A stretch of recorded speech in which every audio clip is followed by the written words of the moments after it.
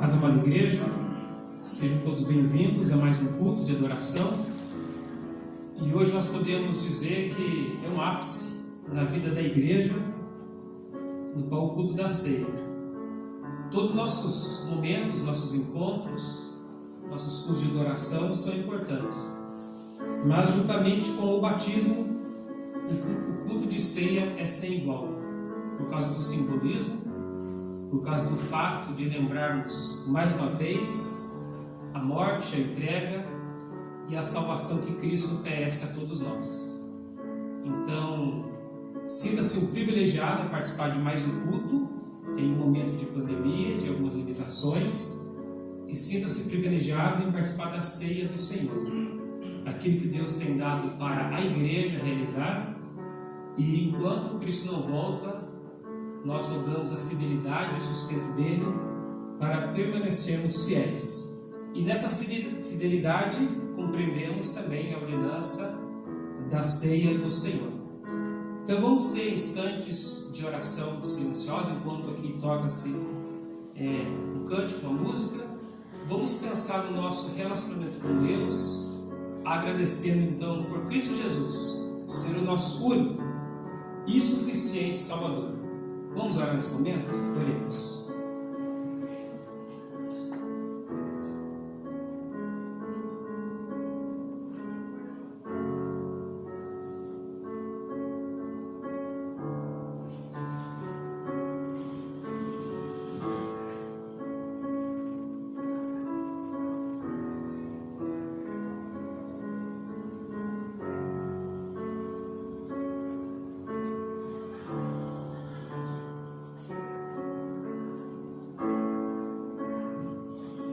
Também queremos agradecer aqueles que não estão presentes, mas de alguma forma acompanham o culto pela internet ou participarão numa data mais posterior. Queridos, queremos estar pensando sempre no texto de Filipenses, tem sido a nossa procura, o nosso alvo, desde o final de outubro do ano passado. E nós aqui nos encontramos ainda no texto de Filipenses capítulo 4. E eu deixei uma pequena tarefa. Alguém lembra qual era a tarefinha? E eu sei que ela não é difícil. Era para decorar um versículo apenas, que seria o 4:4. Conseguiram? Alguém conseguiu? Alguém queria falar representando a igreja? Mas fala assim de peito aberto, sabe? Bem forte. Quem gostaria de falar Filipenses 4:4? Involuntário, voluntário? É só ficar em pé e falar Filipenses 4:4. Depois a igreja, nós podemos falar juntos. Tem duas versões aí principais. Você vai encontrar a palavra alegria, né, no qual a minha versão tem aqui, mas talvez a sua é um pouco diferente. Quem quer falar voluntário? Involuntário, voluntário. Senão eu vou ter que escolher um. Imagina, escolher um voluntário. Amacida, pode falar, irmão? Fica em pé, fale esse versículo. Alegrai-vos no Senhor. Alegrai-vos no Senhor. Muito bem. Alguém decorou outra versão? Que é o regozijai-vos. Vamos ficar em pé, vamos ler esse versículo nesse momento? Várias versões. Se o Paulo puder projetar o 4:4. Filipenses 4:4. É o norte dessa carta. Nessa epístola, Paulo coloca isso como alvo. É algo que transparece bastante aqui em Filipenses. Vamos ler juntos? Regozijai-vos sempre no Senhor. Outra vez digo, regozijai-vos. Alegrai-vos. Mas pode assentar? Paulo aqui pede duas vezes na sequência. Então não é algo sem importância. Note aí. Alegrai-vos ou regozijai-vos sempre no Senhor, outra vez. Ou seja, repetindo esse tema, esse alvo e essa constância em nossas vidas. Vamos ter o cântico nesse momento? A alegria está no coração.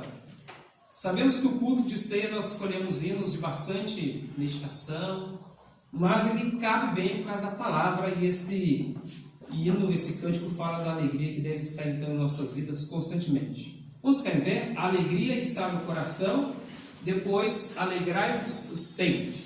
na sequência, é isso? A alegria está no coração e alegrai-vos sempre.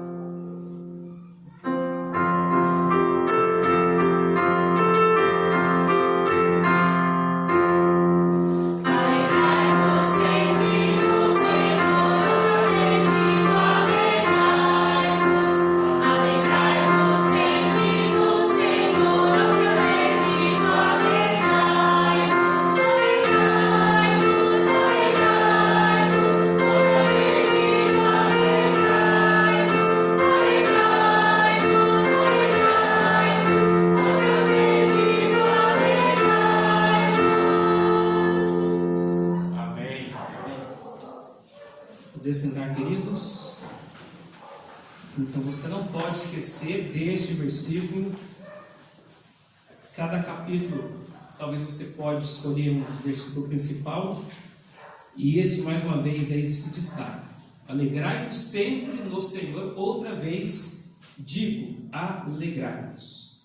A leitura bíblica, então, Filipenses, eu quero voltar no versículo 1 e ler mais uma vez. Nós vamos ler do 1 até o 7 pelo menos. Filipenses capítulo 4, versos 1 ao 7.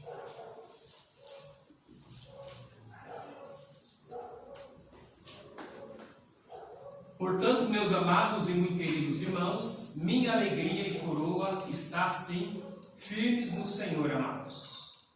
Rogo a Evódia e rogo a Sintique que sintam o mesmo no Senhor.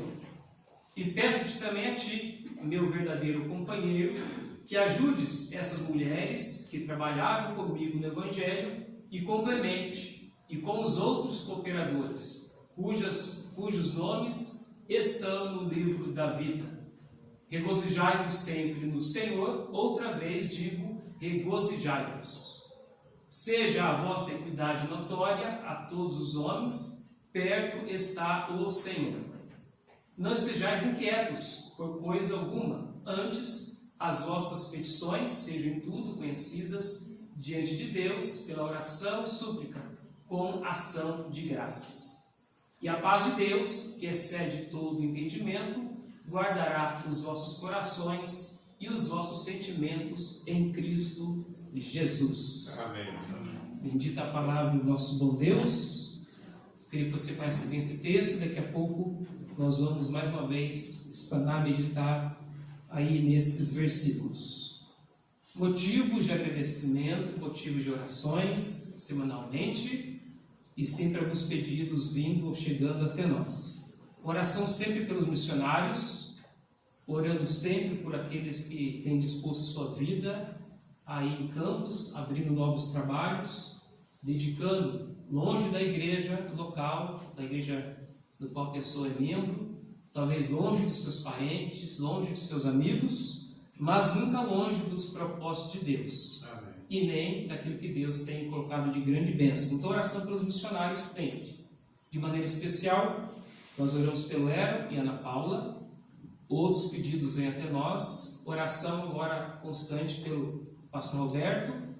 E os planos que ele ainda tem. Ele tem feito planos e que Deus possa estar abençoando a ele e aos seus familiares. E oração por aqueles pedidos, como o pastor morando aqui na região teve Covid, outros tantos chegam até nós e nós oramos pelo Weber e por outros que têm se recuperado, têm vencido, tanto a Covid como uma outra luta, qualquer outra enfermidade.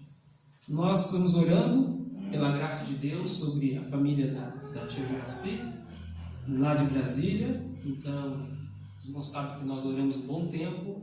Ela estava com diabetes, teve outras doenças também, veio a falecer. E essa semana foi então aí questão do funeral e conforto. Ela conhecia a palavra, ela está com Cristo, ela está mais viva do que nunca. Amém. Então isso nos alegra o nosso coração. Nós oramos pelos filhos, os netos, os demais amigos, os demais parentes também. Oração pela nossa nação é um pedido constante. No momento de polaridades, você escuta tantas informações, mas o papel do cristão, o primeiro papel é a oração aos cristãos eminentes de poder, de autoridade, para que a graça do Senhor Jesus Cristo esteja sobre todos. Mas nós oramos pelo bem, pela paz da nação, pela liberdade de pregar o Evangelho. A grande vantagem do Brasil, a melhor vantagem que eu posso estar dizendo é isso: eu não sou perseguido por pregar o Evangelho. Você não é perseguido por amar as Escrituras. Você não é. Pode vir a ser, mas nós não somos. Então que a graça de Jesus esteja sobre todos nós. Então essa ótima liberdade no qual nós temos. Nós já vamos para o hino 123. Hino 123. Vai pensando já na ceia, que Deus possa estar abundante em seu coração e sua vida. O hino 123.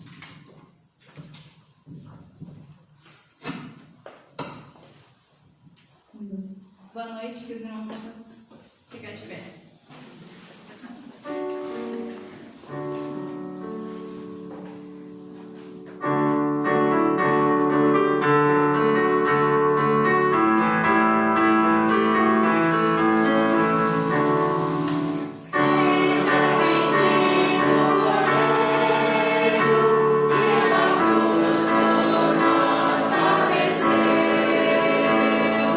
Seja bendito seu sangue.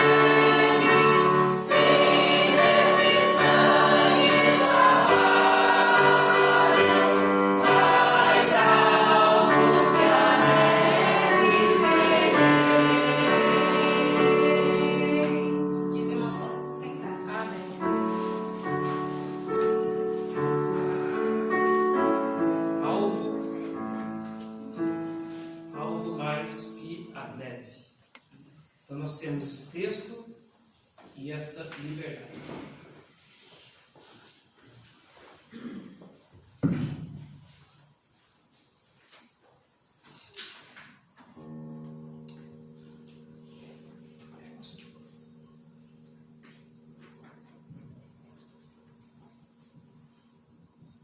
Filipenses, capítulo 4, nós vamos para a palavra neste momento. Mas antes, agradecer essa oportunidade a todos os irmãos e amigos e agradecer especialmente o pastor que está conosco. Pastor, eu gostaria de pedir aos irmãos que estivessem orando, são 2 pedidos do pastor capacitar sobre a liberdade, né, que nós temos gozado no nosso país. Amém. Mas essa liberdade está começando a ser tolhida. Acho que o pastor tem conhecimento. Amanhã, o pastor Linhares, da Igreja Batista, da Nave do Horizonte, foi intimado, está pelo juiz, para declarar porque ele disse que a Bíblia diz que homem é homem e que mulher é mulher. Né? E eu sei que os juristas evangélicos, né, trabalharam para tentar evitar isso, porque abrindo essa lacuna, irmãos, logo nossa mensagem tem que ir primeiramente para o governo para saber se aprova pegarmos o público. Sim. Então, temos orado, pedir que nos olhem intensamente por isso. E também pensando sobre esse tema, alegrai-vos sempre o Senhor, regozijai-vos, outra vez digo, alegrai-vos. Eu gostaria de pedir oração hoje, quando a nossa igreja lá, Peniel, o pastor chegou ao templo, descobriu que a instalação elétrica do prédio, a entrada do prédio, do poste até o prédio, tinha sido roubada. Então tiveram que fazer um gambiarra lá, como se costuma dizer, né, para tentar realizar o culto. Então certamente está difícil para eles se alegrarem, mas no Senhor tudo é possível. Então eu vou falar. Obrigado, pastor. Então lembra disso que foi mencionado pelo pastor, é um fato e é uma realidade. Então nós encontramos o que está na Bíblia, pregamos, e mesmo assim, alguns não entendendo, questionam o porquê. Está na Bíblia. Legal que está na Bíblia. É que eu falo, nossa maior preocupação não é a estabilidade financeira, é também, talvez vai ser citado na mensagem. A nossa maior preocupação não é a saúde, é também, mas não é a prioridade. A principal questão é a questão espiritual, é a questão da pregação do Evangelho. Se tem dinheiro, se tem saúde, mas não tem Cristo, aonde passará a eternidade? Então lembramos deste fato e dessa realidade. Muito bem. Pastor Antônio vai orar nesse momento pela palavra, pastor. E aí agradecendo por este culto também. Amado e eterno Deus, nosso bendito Pai que estás nos céus, e por seres o único Deus onipotente e triuno, Tu estás conosco aqui e em nós na pessoa do Teu Espírito Santo. Queremos te agradecer pela oportunidade que nos tem sido dada da Tua parte em ter preservado as nossas vidas até este momento, para que juntos pudéssemos chegar a esta casa que tem sido separada para a adoração e louvor ao Teu santo nome, e ao mesmo tempo também para a proclamação do Evangelho de salvação. Que Teu Espírito Santo possa estar operando em nosso meio, em nossos corações. Tu conheces, ó Pai, a necessidade de cada um dos Teus filhos, mas neste momento nós queremos nos gloriar, nos glorificar na pessoa do Teu Filho Jesus Cristo. E por essa razão pedimos que o Senhor receba a nossa adoração, nosso louvor. Seja, Pai amado, desejar com os Teus servos, especialmente ali em Peniel, mas essa dificuldade que tem enfrentado. E que isso possa, Deus, conscientizar a igreja mais uma vez, como é importante estarmos mais perto do Senhor, tendo em vista o mundo em que nós estamos vivendo. Sei agora muito especialmente com o Teu servo, pastor Paulo, que, ó Deus, a mensagem que já tens colocado no coração do Teu servo, durante a preparação, possa chegar aos nossos corações neste momento. Ser, pois, com ele e abençoa a nossa oração em Jesus Cristo, o Teu Filho amado, nosso único Senhor e Salvador. Amém. Amém. Podem um pouco mais de ganho nesse microfone, só um pouquinho.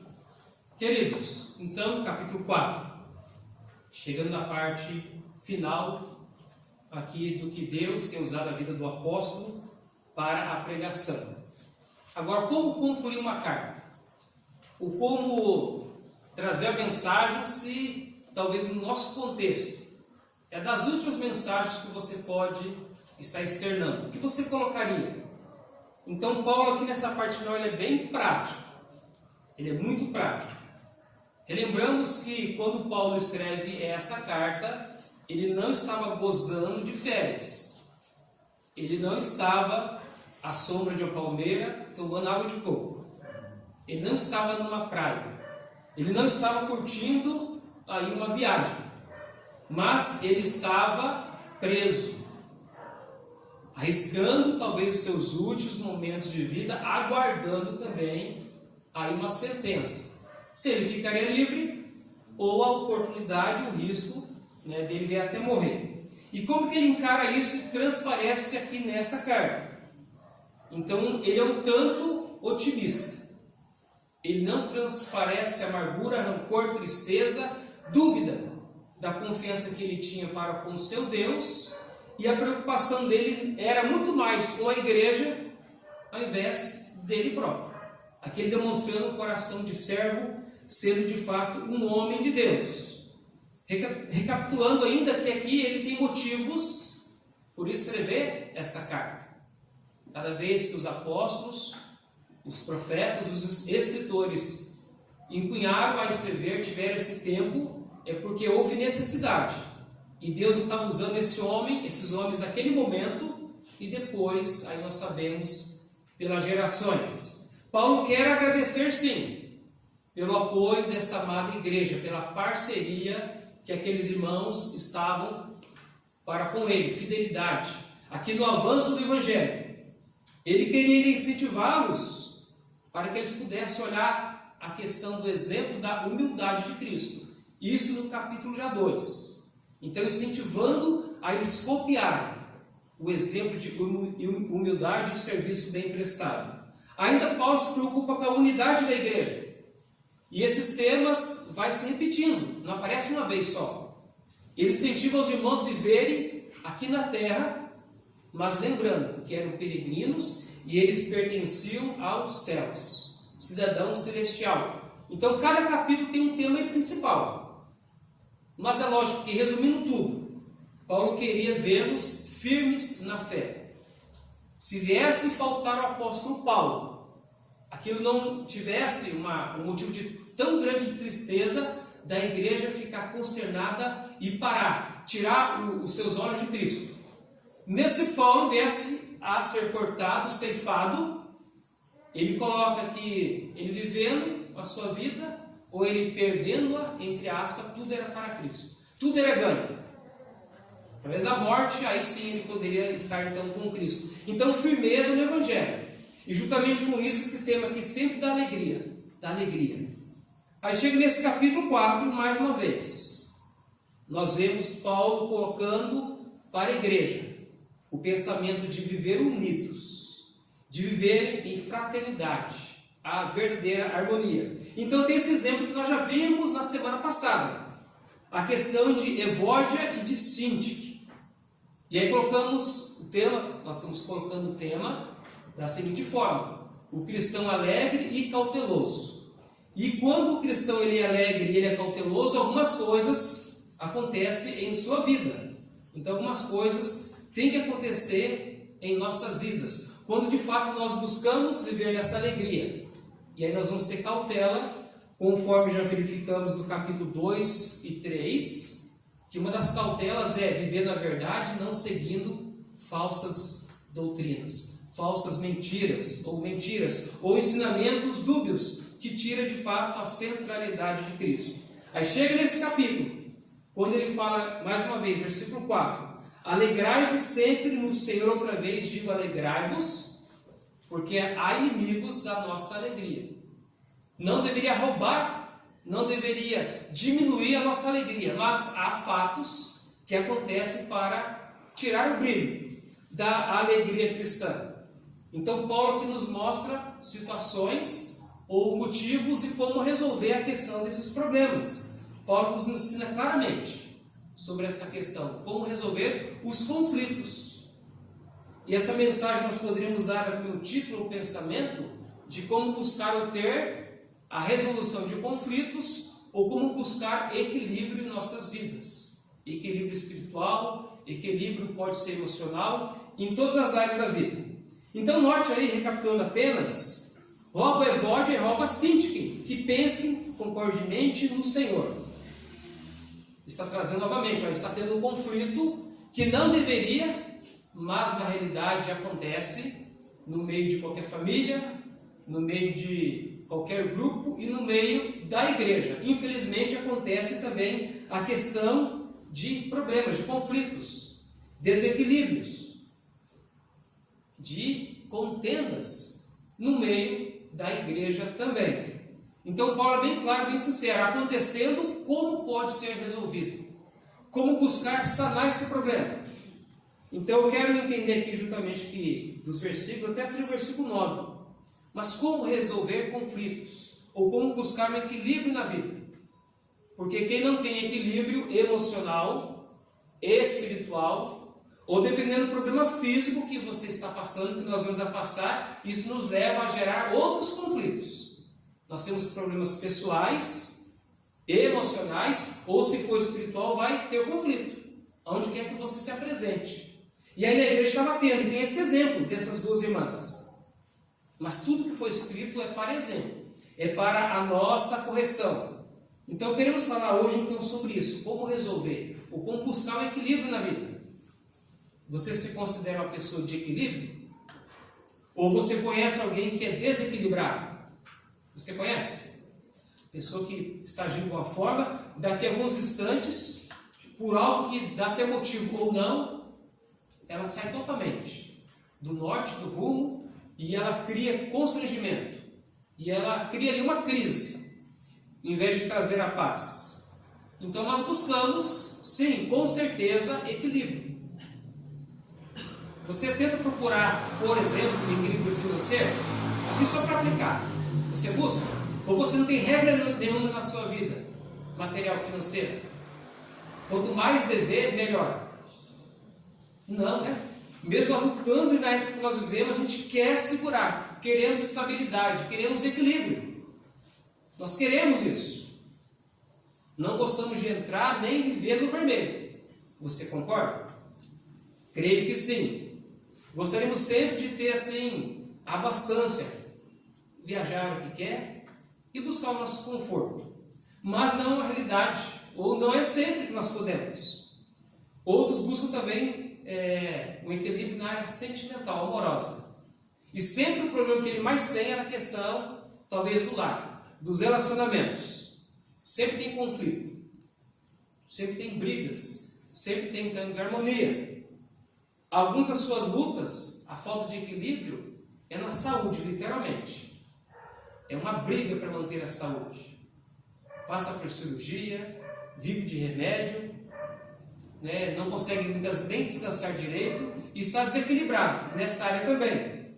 Então nós buscamos equilíbrio em todas as áreas da vida. E muito mais devemos buscar quando nós pensamos no reino de Deus.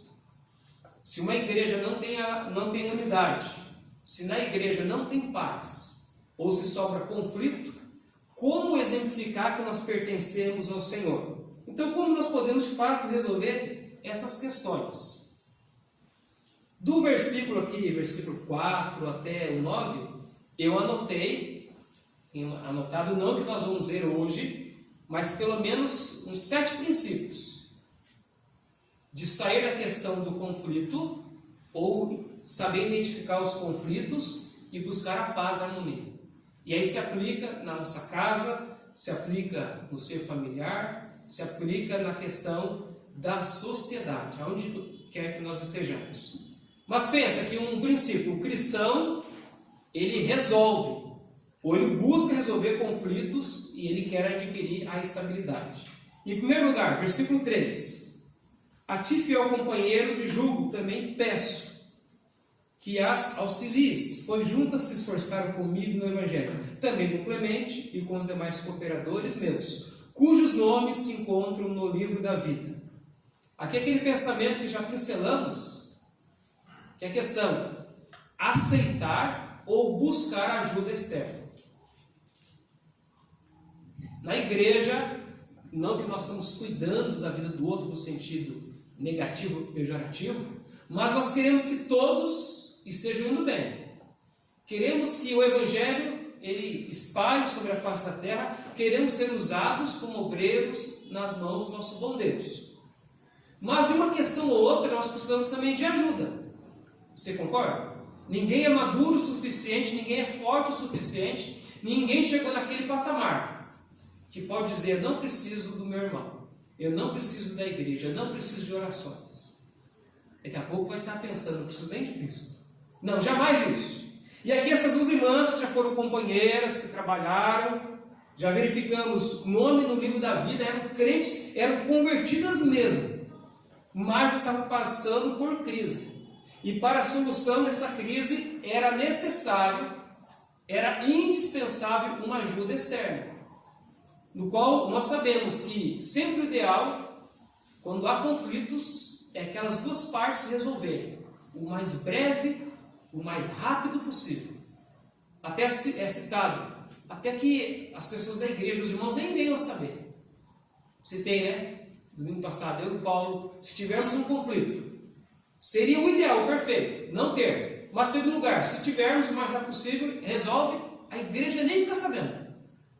Um conversou com o outro, perdoou, oramos um pelo outro, e a nossa intimidade cresce mais ainda.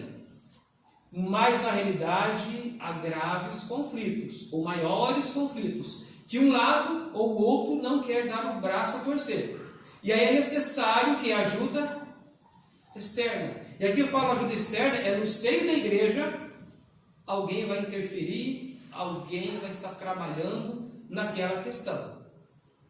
E aí Paulo dá essa dica: a ti, fiel companheiro, não fala quem é o nome, eu não sei quem é essa pessoa em si. Eu não sei. Eu não posso falar para os irmãos, olha, aqui Paulo está pedindo para o irmão tal se envolver nessa questão. Eu não sei quem é esse anônimo aqui. Paulo sabia. Deus sabe.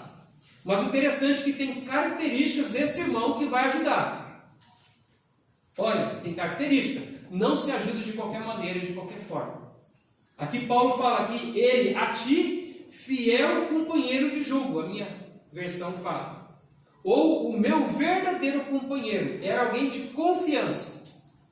Podemos dizer alguém aqui maduro. Um crente que já era experiente. Ele ia ajudar essas outras duas irmãs que também demonstraram conhecimento, demonstraram trabalho na obra do Senhor. Então era um cooperador com Paulo, com Clemente e com aquelas irmãs. Alguém que também tem o nome no livro da vida. Então esse que se envolveu para ajudar essas duas irmãs, no mínimo, era alguém digno de confiança para tal tarefa. E queremos que todos sejamos. Mas tem alguns problemas específicos, que não são todos que se envolvem.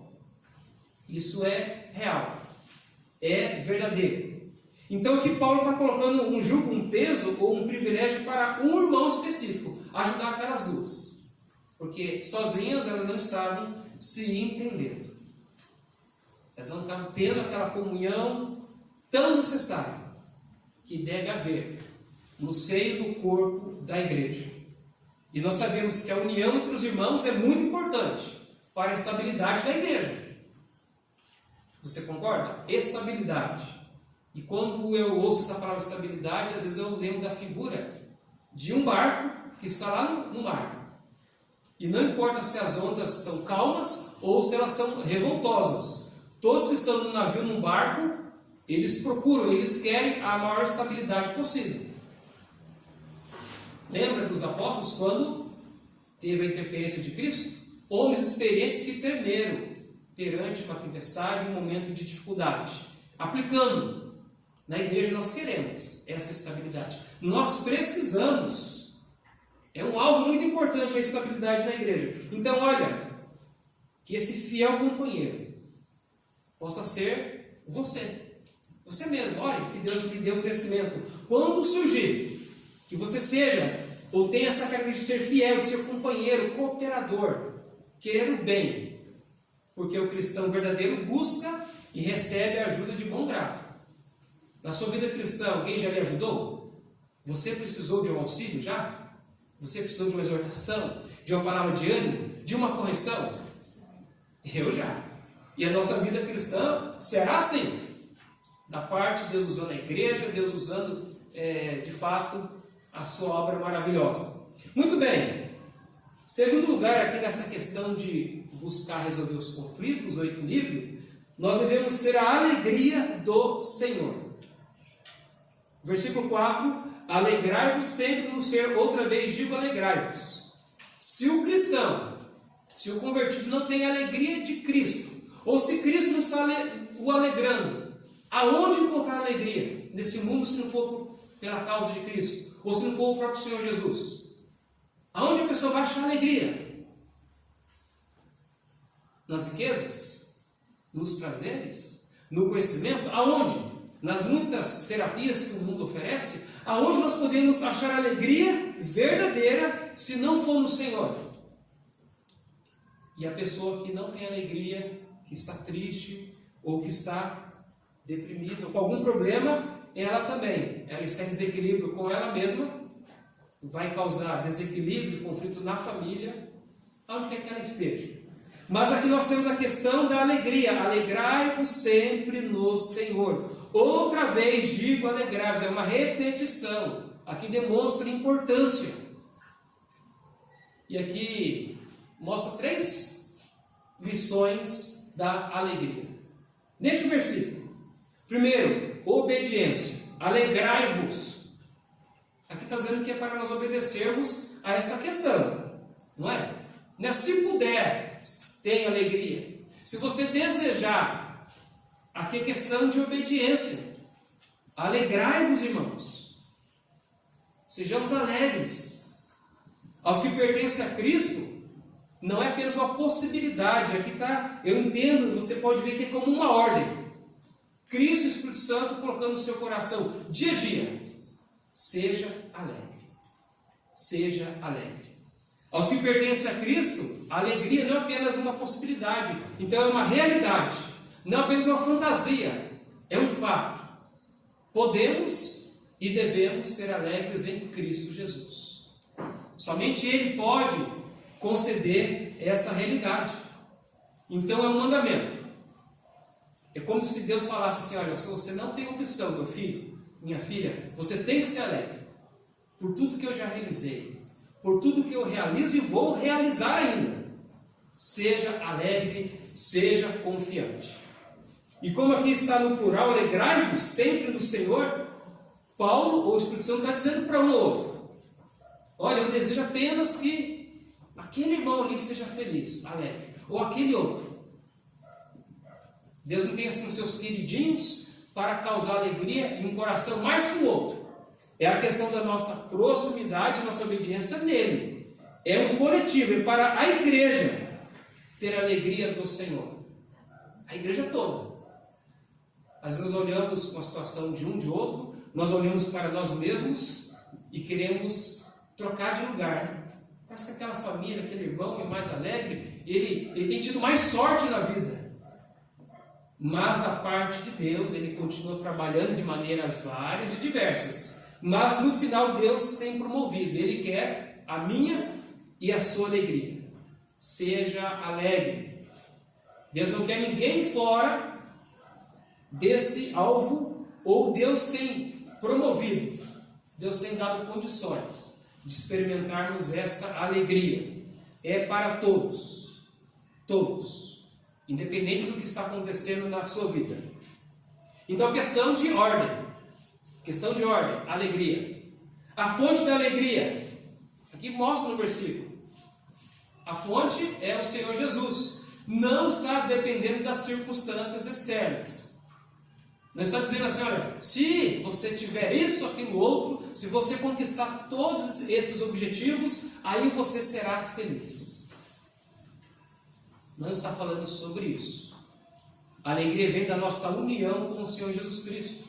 O Espírito Santo gera em nós alegria e tantos aqueles demais frutos do Espírito Santo.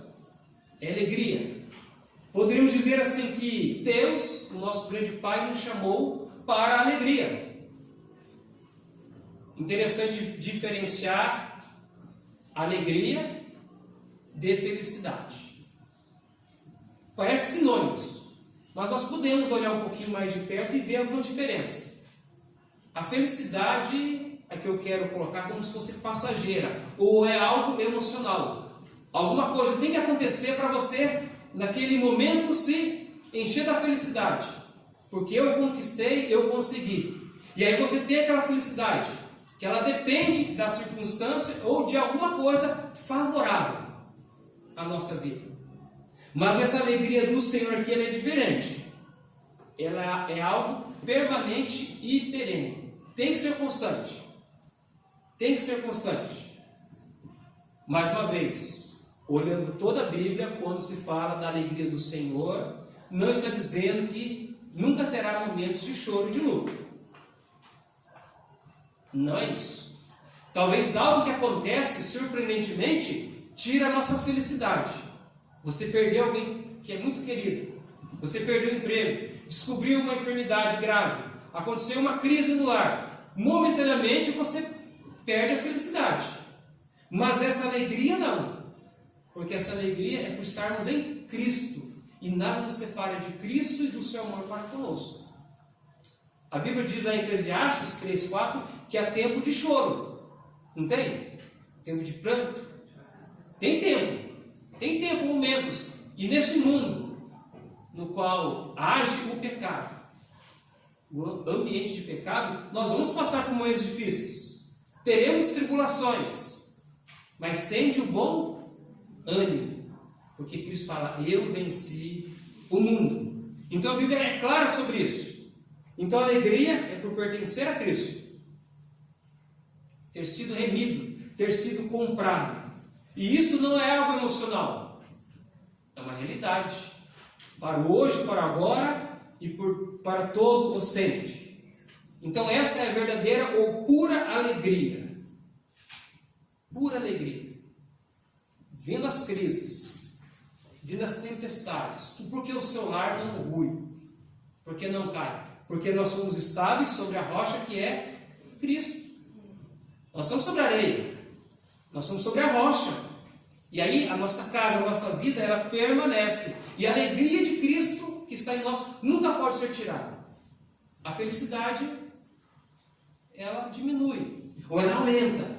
Mas a alegria deve ser algo constante. Alegrai-vos sempre no Senhor. Ou talvez digo, alegrai-vos. Então, alegria porque nós estamos em Cristo. Como interpreta aqui esse contexto? Lembra que durante a noite o choro pode durar uma noite? Ou seja, a tristeza pode vir, mas a alegria vem pela manhã.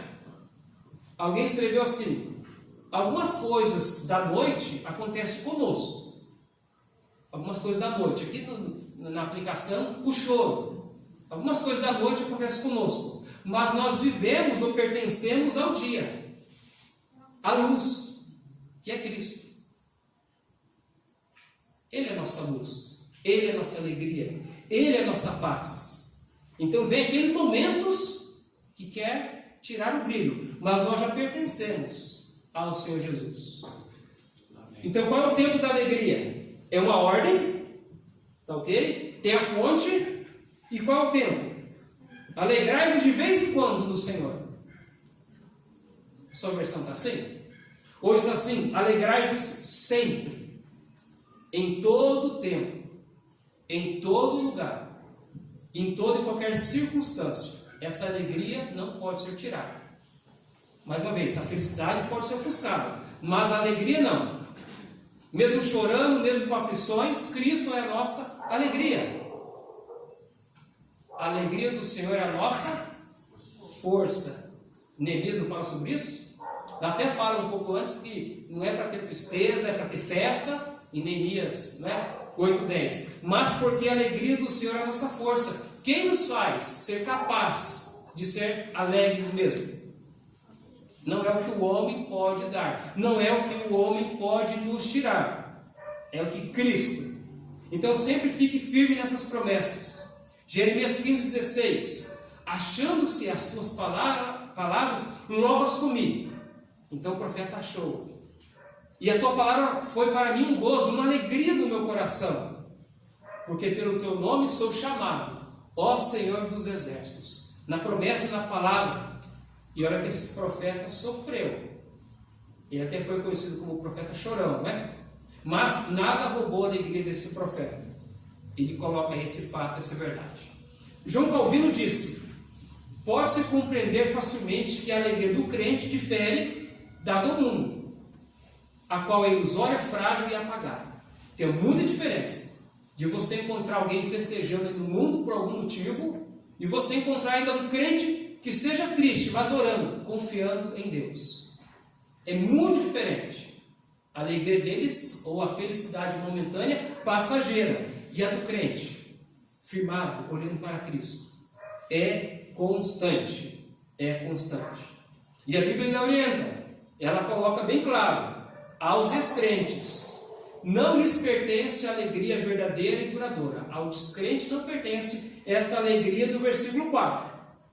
É aos salvos. Por quê? Porque em Jó, capítulo 20, versículo 5, fala: o júbilo dos ímpios é breve, e a alegria dos hipócritas é momentânea. Olha a diferença. Para o crente, alegrai-vos sempre no Senhor. Para quem não tem a Cristo, não tem a salvação, o júbilo é breve. O time ganhou, fica todo feliz, não é assim? O time perdeu, até briga, até morte. É breve, é ilusório. Ai de vós, os que estáis fartos, porque tereis fome. Ai de vós, os que agora rides, porque vos lamentareis e chorareis. Sabe quem falou isso? Lá em Lucas 6, 25. Quem falou ai de vós? Escribas, ai de vós, fariseus. O próprio Senhor Jesus. Falando de uma diferença muito grande da alegria que nós temos e da alegria do mundo. A alegria do mundo. É melhor ficar com Cristo. Então o cristão verdadeiro vive na alegria do Senhor e não vive a contender. Talvez aquelas irmãs, talvez teve conflitos na igreja por alguns motivos. Talvez não queriam, não permitiram em algum momento a ajuda externa e talvez não ficaram nessa alegria do Senhor. E quem não está na alegria do Senhor causa ou anda querendo ficar triste. Terceiro lugar, e hoje ainda tem assim. Vamos lá, amados. Terceiro lugar, para resolver conflitos, para termos de fato estabilidade em nossa vida espiritual, emocional, a influência até física, devemos ser ou buscar a moderação, sendo moderado. Versículo 5a. Seja a vossa moderação conhecida de todos os homens, perto está o Senhor. A minha versão fala exatamente dessa forma, né? Seja a vossa moderação. Agora, o que seria moderação neste contexto? Lhe ajuda muito dependendo da versão que você tem. Ajuda muito, não é? Então, dependendo da versão que você tem aí, ajuda bastante. Algumas versões falam assim: seja a vossa equidade notória a todos os homens. Ficou um pouco mais difícil. A vossa moderação, a vossa equidade. Algumas versões falam assim: deixe a sua gentileza ser evidente para todos. Aí ele vem e fala assim: ou deixe a sua paciência ser conhecida por todos os homens. Nós devemos ser algo e aqui buscando a brilhar, a mostrar a todos. Eu pergunto: você sempre é moderado? Sempre é gentil? Você sempre tem paciência? Alguém vive dessa forma? Não, né? Aqui não. Mas é o alvo? É o objetivo? Sim. Então demonstrar sempre é o nosso alvo. É como uma ordem: seja paciente, seja gentil. Talvez faltou ali naquele contexto? Provavelmente sim, né? O que seria uma pessoa moderada? Muitos comentaram. Uma pessoa que não reivindica os seus direitos pessoais. Talvez aquelas duas irmãs, em algum momento, cada uma quis o seu direito. E lutou por aquilo. Lutou tanto que criou um racha entre as duas e talvez na igreja. O moderado supera quando lhe acontecem ofensas e injustiças. Alguns se afundam quando acontece alguma injustiça, alguma ofensa. Não consegue resolver, não sai, guarda. Aquilo transforma em amargura. Passa-se anos e anos, décadas, a vida toda, e continua aquela ofensa guardada no coração. Acontece, infelizmente. John Stott comenta que uma pessoa disposta a dar mais do que a receber, ela consegue oferecer o outro lado, a outra face. Ela não quer brigar. Ela quer mostrar gentileza naquele momento que talvez alguém até quer humilhar. Então ela é diferente. É um alvo para todos nós, não é fácil. É possível em Cristo Jesus. Amém. E devemos exercitar sempre isso também. No lar, nos estudos, na igreja, na sociedade. Aonde o crente chega, mostrar a sua gentileza, a sua moderação, a sua paciência, o seu bom exemplo. E por que isso? E por que isso? Diz o versículo aí: seja a vossa moderação conhecida a todos os homens, ponto. Tem um motivo. Perto está o Senhor. Mas voltando um pouco antes, alguém escreveu assim: que o teu espírito doce e cordato, ele servirá de boa propaganda para a tua fé cristã. Quando nós somos doce com os demais, cordato, isso é a melhor propaganda. Agora inverte, quando nós somos amargos, contenciosos, briguentos, é uma boa propaganda para ninguém seguir a Cristo, para ninguém estar perto de nós. Você concorda? Nem se aproximar. Chegou à esquerda, à direita, mas ali não vai ficar. Então, olha, moderação não é fraqueza, é coragem de viver em Cristo Jesus. Mas por que isso? Porque perto está o Senhor. Em quarto lugar, lembrando, perto está o Senhor, o nosso Deus, o nosso Senhor Jesus Cristo. E aqui quero finalizar com esse ponto aqui, porque como entender? Paulo está aqui sendo usado por Deus para resolver conflitos, buscando equilíbrio na igreja, quer que aquelas 12 irmãs vivem concordemente, unanimemente no Senhor, e aí ele fala da ajuda que pode ser externa, ele fala aqui da alegria, ele fala da moderação, e de repente fala, perto está o Senhor. A minha versão tem aqui um ponto, e fala assim, perto está o Senhor. Pelo menos duas interpretações por ter esse perto está o Senhor. Primeiro, aquela que talvez você já pense de cara: perto está o Senhor Jesus de voltar. Maranata, a hora vem, Senhor Jesus. Não é o melhor evento a ser realizado na história da igreja? Então seria assim: como a nossa cidade está nos céus, no versículo 20, capítulo 3, pois a nossa pátria está nos céus, de onde também aguardamos o Salvador, o Senhor Jesus Cristo. Porque a nossa pátria, a nossa cidadania, nós já estudamos sobre isso, ela é celestial. Vivamos de tal forma. Aqui poderia ser a questão da proximidade desse evento, desse acontecimento glorioso. E já que Cristo está perto de retornar, não compensa viver brigado, não compensa viver brigando. Cristo está às portas. Não compensa. Queremos é galardão. Não é?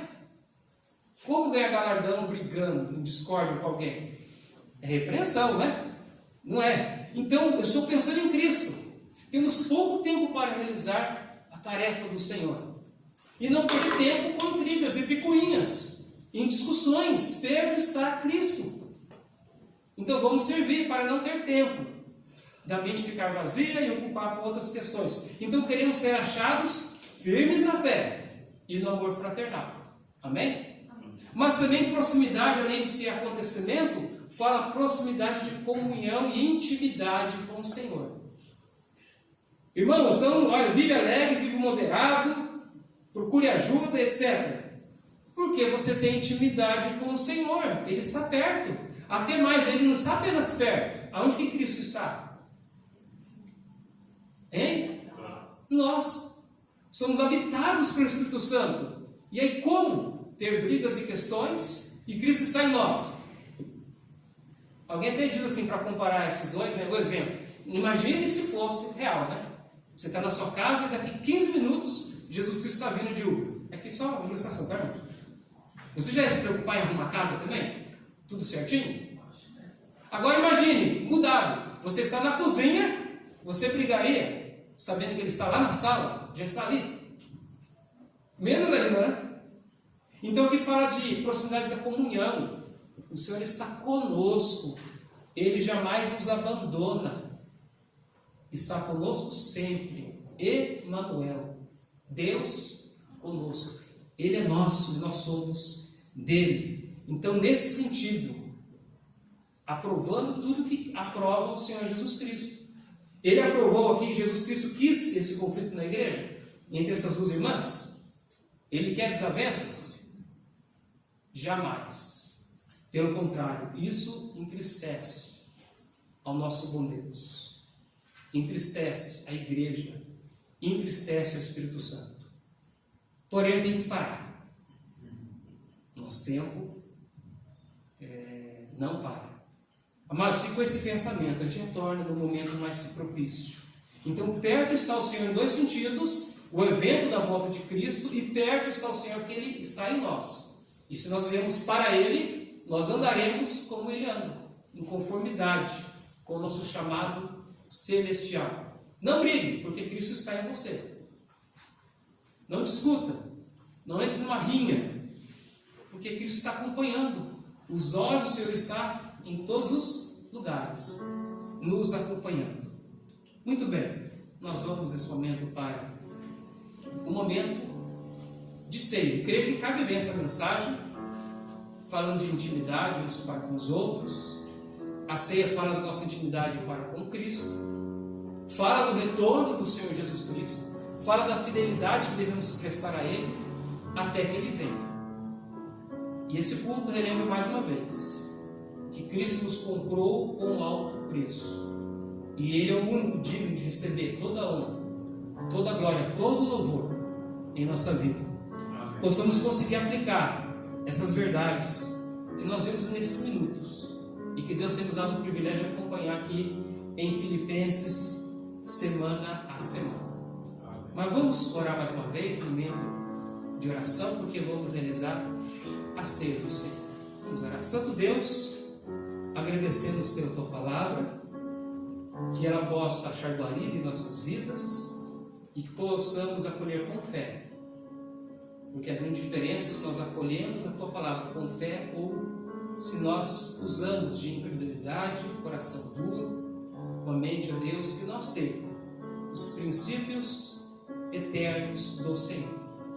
Ajude, Pai, que nós possamos, como igreja, como família, individualmente, mostrar toda essa alegria, toda essa ajuda, toda essa moderação, todo esse pensamento que está próximo do retorno do Senhor Jesus, mas também nós vivemos intimamente contigo. E o culto de ceia mostra essas realidades. Nos ajude, ó Deus, a olhar para a cruz e ao mesmo tempo olhar para os céus, olhar para o que Cristo já fez e olhar para o Teu retorno maravilhoso. Nos ajude nesse momento de ceia, no nome de Cristo, nós oramos e agradecemos a Ti. Queridos, vamos para o texto que nós mais usamos. 1 Coríntios, capítulo 11. 1 Coríntios, capítulo 11.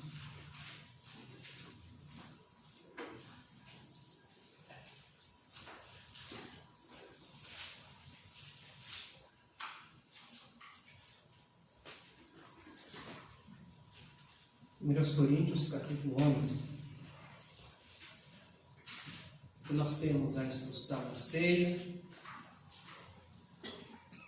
nós temos orientações valiosíssimas para a nossa vida, porque nada para Deus é de qualquer forma, de qualquer maneira, ou do nosso planejamento. Deus tem deixado tudo que é necessário. Então queremos ler aqui alguns versículos, a parte talvez que compreende mais esse momento, o ceia. Eu estou lendo, os queridos podem acompanhar na palavra. Eu vou ler aqui a partir do versículo 23. 1 Coríntios 11, iniciando no versículo 23. Porque eu recebi do Senhor o que também vos entreguei, que o Senhor Jesus, na noite em que foi traído, tomou o pão e, tendo dado graças, o partiu e disse: isto é o meu corpo que é dado por vós, fazei isto em memória de mim. Por semelhantemente modo, depois de haver ceado, tomou também o cálice, dizendo: este cálice é a nova aliança no meu sangue, fazei isto todas as vezes que o beberdes em memória de mim. Versículo 26.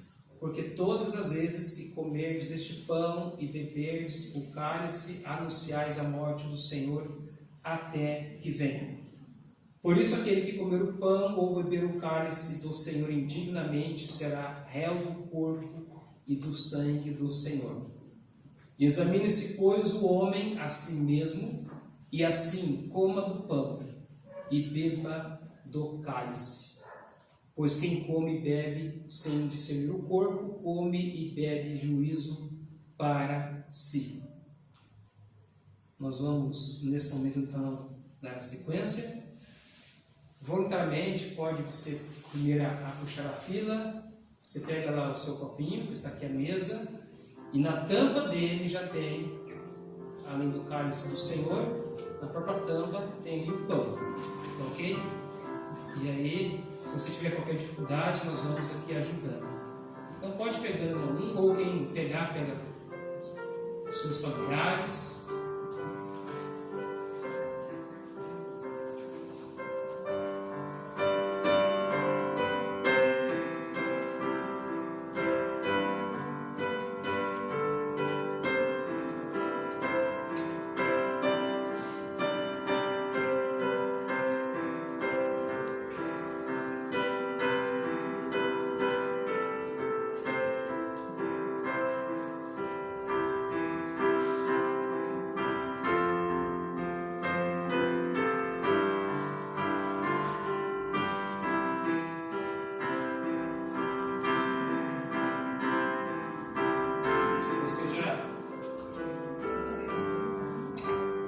Quiser separar, dá uma rodadinha, uma pressionadinha que ele destanca, tá bom? Se não conseguir, conseguiu? Só dá uma rodadinha assim, fica de um lado o pão e do outro lado fica o cálice. Pegaram todos que vão participar? Certinho? Ó, o meu rodeio, tirei e já ficou assim. Isso? A gente aguarda.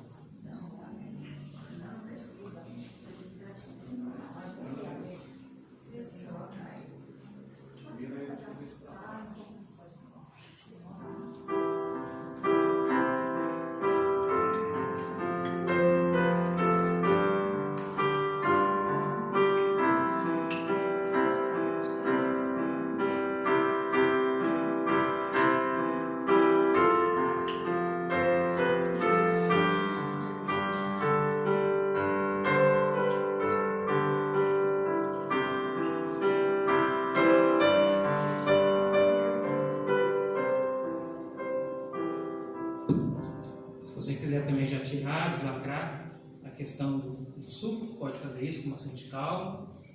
Nós aguardamos, nós esperamos, tá bom? Enquanto isso, nós vamos cantar o hino 92. O hino 92.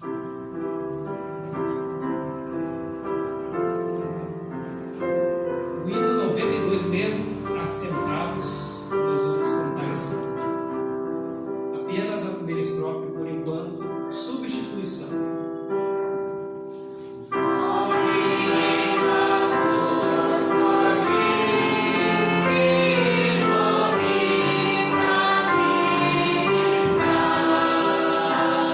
Meu sangue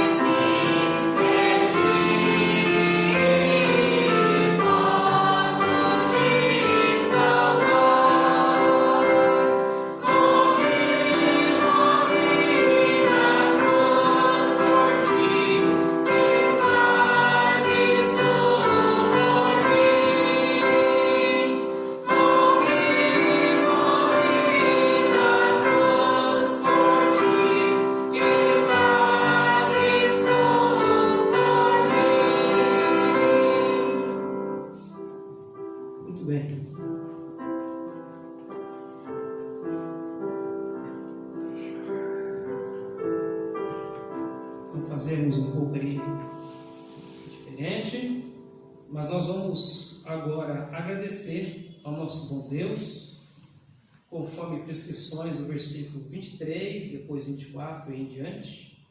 Nós queremos participar juntos. E porventura aqueles irmãos que não puderem vir na data de hoje, nós marcaremos para o mês que vem, talvez até na parte da manhã, no domingo, para que aqueles que têm alguma dificuldade venham participar conosco. Muito bem, aqui fala que a questão, amados, no versículo 23, e tendo dado graças, o partiu disse: este é o meu corpo que é dado por vós, fazer isso em memória de mim. Gostaria nesse momento que o irmão Paulo agradecesse pelo o corpo, o versículo 24 fala: isto é meu corpo que é dado por vós, fazer isso em memória de mim. Mesmo onde o irmão está, esteja agradecendo nesse momento pelo corpo, a representação aqui pelo pão. Então, ore nesse momento, oremos. Senhor Deus, Pai amado, Pai Santo, obrigado por cada um que está aqui participando dessa ceia. Sinal que estamos ouvindo, vivo pela sua misericórdia, muitos estão perdendo a vida com essa enfermidade. O Senhor tem dado oportunidade para a gente estar reunido aqui em tua casa. Obrigado, Senhor Deus, por esse corpo que representa o seu corpo, porque nós temos a oportunidade e nos deixa pela tua palavra de sabedoria e nos protege de todos os mal. E obrigado por esse momento, em nome de Jesus. Eu agradeço. Amém. Vamos todos do pão nesse momento?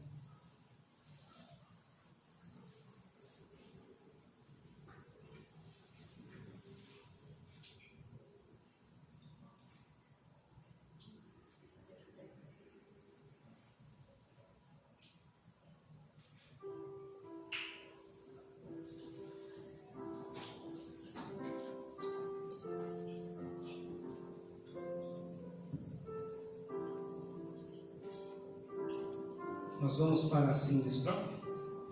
Quem puder trazer mais um cantor.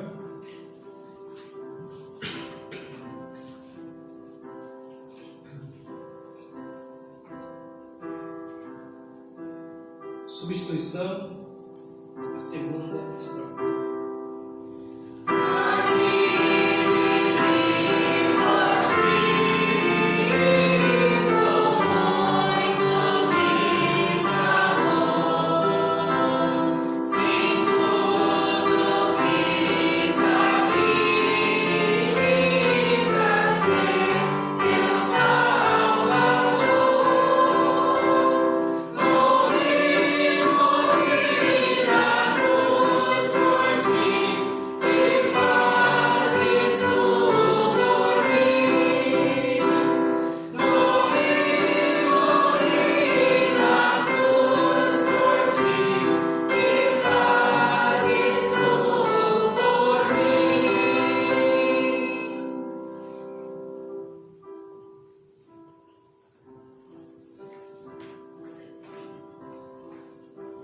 Conforme o versículo 25, eu vou ler mais uma vez, e após essa leitura, o irmão Marcos vai agradecer pelo cálice, pelo suco de uva.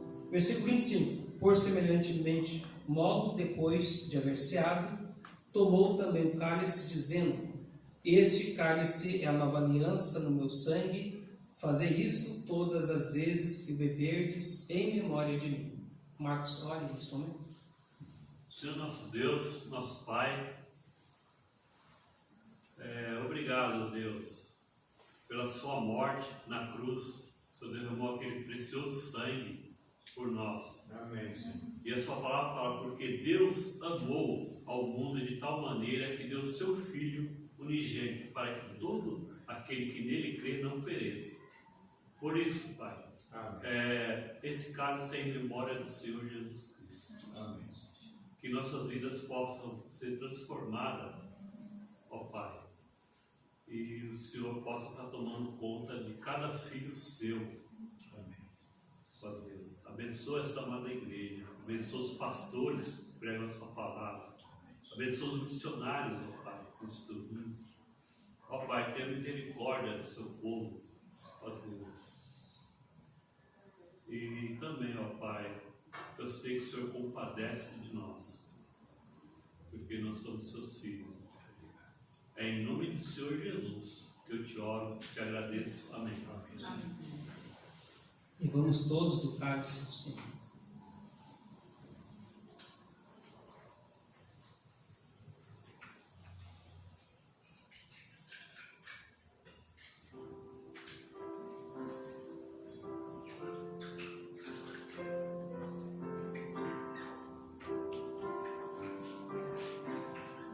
Igreja, eu quero convidar para os ficar de pé, e aí nós vamos finalizar o culto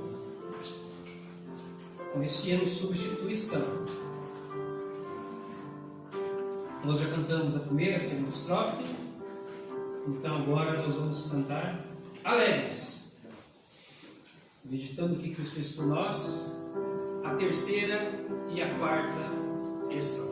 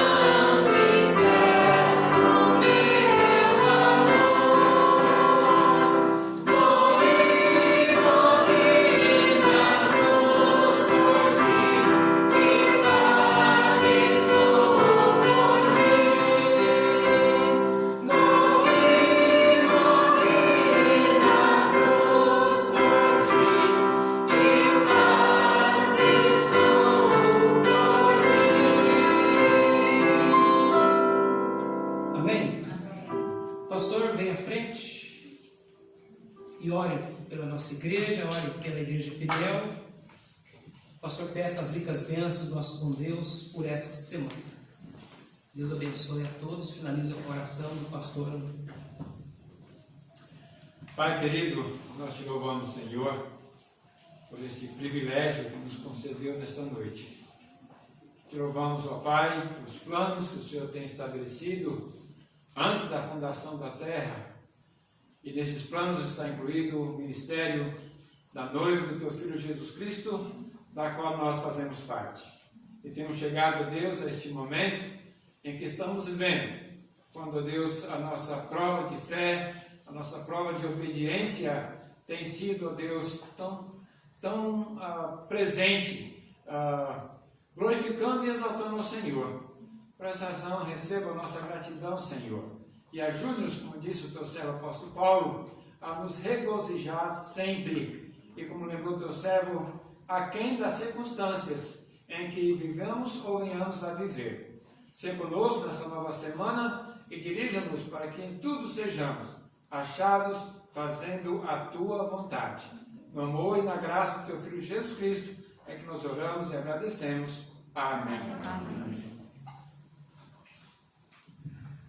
Obrigado, pastor, uma breve oração e assim finalizamos o nosso culto, mas a nossa adoração ela é constante, amém?